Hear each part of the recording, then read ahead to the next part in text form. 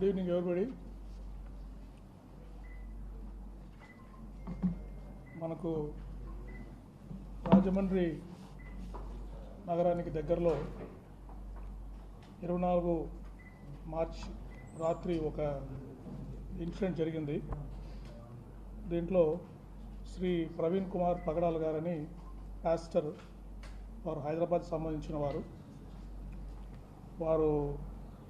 Motor cycle మీద వస్తూ అనుమానాస్పద పరిస్థితుల్లో అక్కడ మరణించడం జరిగింది. ఇది 25వ తారీఖు మార్నింగ్ 8:47కి ఇది డయల్ 112 కాల్ వచ్చింది. ఇట్లా ఒక డెడ్ బాడీ పడి ఉంది ఒక మోటార్ సైకిల్తో పాటు అని చెప్పి ఇన్ఫర్మేషన్ వచ్చింది. ఒక ఇన్ఫార్మెంట్ ఎవరు ఒక ఫోన్ చేసి చెప్పారు.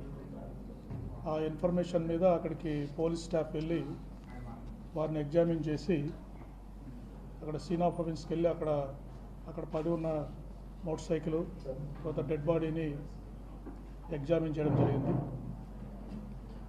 అక్కడ సీన్ ఆఫ్ అఫెన్స్లో దొరికిన ఆ మృతుడి సెల్ ఫోన్ ఆధారంగా ఆ ఫింగర్ ప్రింట్ ద్వారా దాన్ని ఓపెన్ చేసి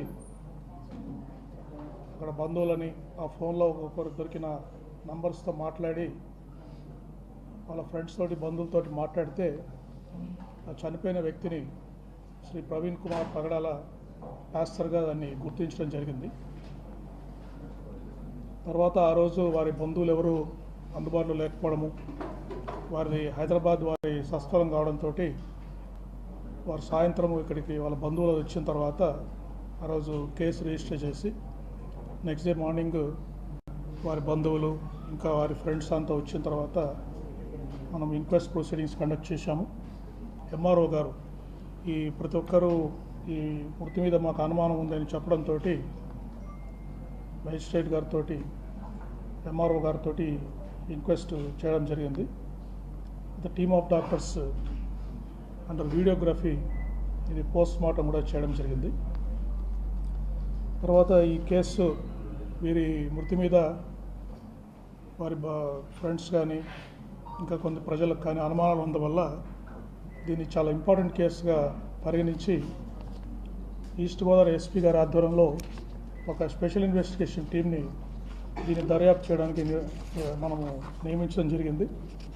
దానికి కొవ్వూరు డిఎస్పీ దేవకుమార్ గారు, తర్వాత north zone DSP Srikanth, Umamaheswararao, Vijay Kumar, ఇట్లా ఇన్వెస్టిగేషన్లో ఎక్స్పీరియన్స్ ఉన్న ఆఫీస్ అందరినీ కూడా నియమించి దీన్ని దర్యాప్తు స్టార్ట్ చేయడం జరిగింది.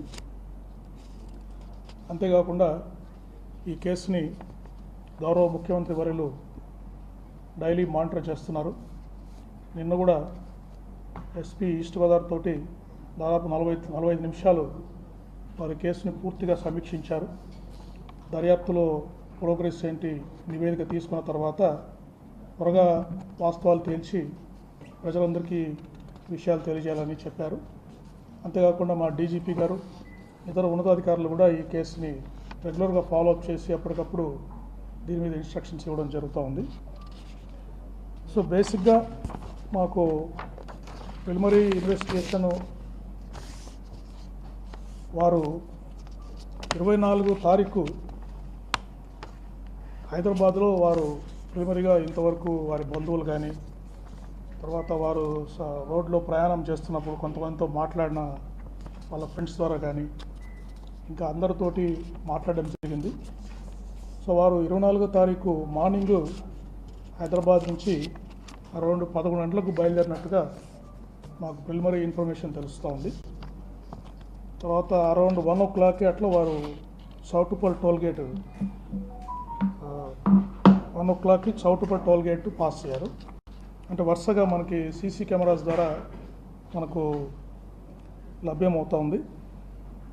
తర్వాత కొద్దిసేపు ఒక విజయవాడలో మాత్రమే వారు విజయవాడకు వచ్చిన తర్వాత ఒక 3-4 అవర్స్ వారి మూమెంట్ ట్రాక్ చేస్తున్నాం. వారు ఎక్కడున్నారు విజయవాడలో అనేది దాని మీద ఫర్దర్ ఇన్వెస్టిగేషన్ జరుగుతూ ఉంది. తర్వాత